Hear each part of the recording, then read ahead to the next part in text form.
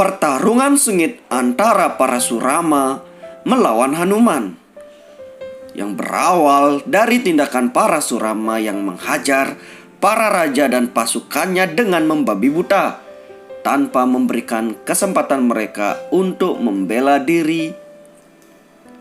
Saat itu, Hanuman terbang datang dan menemui Parasurama untuk memberikan petuah bahwa tindakannya adalah salah terlalu emosian. Namun, Parasurama malah murka, menantang. Saat itulah Hanuman melayani tantangan Parasurama, memukul dengan gada hingga tanah terbelah dan Parasurama jatuh masuk ke dalam lubang tanah. Tak mau kalah dengan Hanuman, Parasurama kini menyerang dengan kapak saktinya. Dan seketika Hanuman menyembur Parasurama hingga terpental ke arah kesatria yang dibantai tadi. Hal ini dilakukan Hanuman agar Parasurama tersadar akan tindakannya. Lalu Hanuman mengikat Parasurama agar bisa mengendalikan emosinya. Hanuman jauh lebih kuat dan tahan lama dibandingkan Parasurama.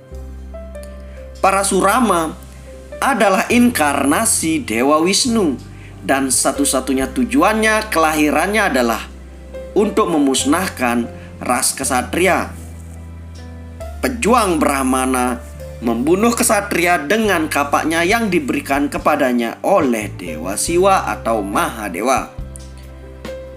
Prestasi terbesar Parasurama adalah membunuh ribuan kesatria yang digambarkan lebih lemah dari Bhisma.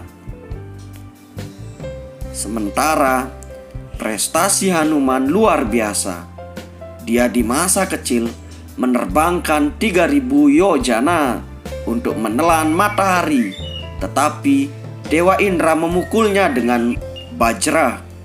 Meskipun rahang Hanuman retak, namun dia sendiri tidak terluka dan dianugerahi anugerah keabadian oleh Dewa Indra dan kekebalan. Hanuman mengangkat gunung dan pohon terbesar sepanjang waktu di Ramayana.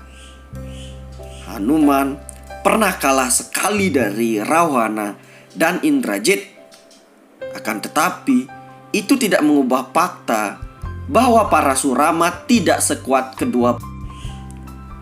Mengenai kekuatan fisik, Hanuman dikatakan memiliki kekuatan tak terbatas yang dapat mengubah bentuk dan energinya sesuka hati.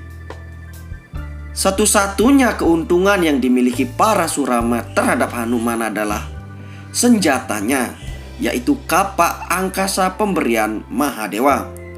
Tetapi faktanya tetap, karena kehebatan dan anugerah Hanuman, ia akan mengalahkan Parasurama.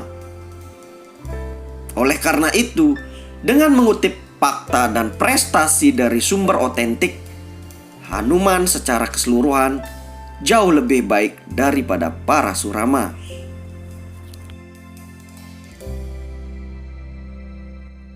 Dalam Wiracarita Mahabharata dikenal 5 makhluk abadi. Kelima makhluk abadi ini dikenal dengan istilah Panca Ciranjiwin. Dipercaya hingga kini kelimanya masih hidup dan berada di bumi ini. Mereka bisa hidup abadi ini dikarenakan anugerah dewa ataupun dikarenakan kutukan sehingga bisa hidup sangat panjang. Abadi dalam konsep ini yang dimaksud bukan berarti kekal, karena pada akhirnya kelima Ciranjiwin ini juga akan dihancurkan pada saat akhir dunia. Langsung saja kita akan bahas. Yang pertama adalah Hanuman. Hanuman muncul di Wiracarita Mahabharata dan Ramayana. Ia berwujud seekor kera yang membantu sang Rama dalam memerangi Rahwana dari kerajaan Alengka. Dalam lawatannya ke Alengka, Hanuman sempat ditangkap dan ekornya dibakar. Namun, ia malah membuat sebagian istana Alengka terbakar yang memicu kemarahan Rahwana. Dalam Mahabharata, Perannya adalah sebagai guru dari Bima. Saat Pandawa kalah main dadu yang menyebabkan kehilangan harta dan kerajaannya, saat itu juga Pandawa dihukum 13 tahun pengasingan berdasarkan usul Sakuni. Nah, di masa pengasingan inilah berdasarkan saran Sri Krishna, Bima harus menemui Hanuman untuk berguru, untuk mempersiapkan diri untuk perang besar Kurukshetra. Hanuman banyak mengajarkan Bima tentang ilmu perang. Dalam perang, saat kita menemui kesulitan, kita harus pakai akal dan kelincahan untuk kelabui musuh.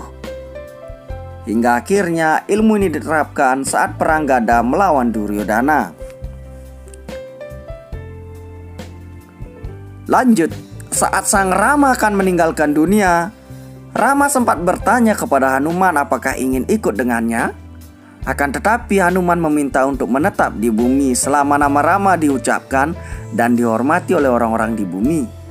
Oleh karenanya, hingga saat ini Hanuman masih dipercaya tinggal di dunia ini. Lanjut yang ketiga, Parasurama.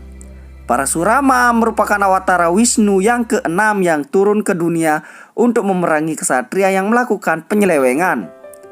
Secara harfiah, nama Parasurama bermakna Rama yang bersenjata kapak.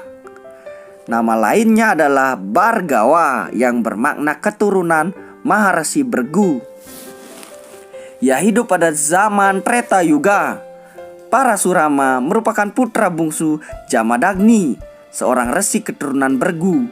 Sewaktu lahir, Jamadagni memberi nama putranya itu Rama.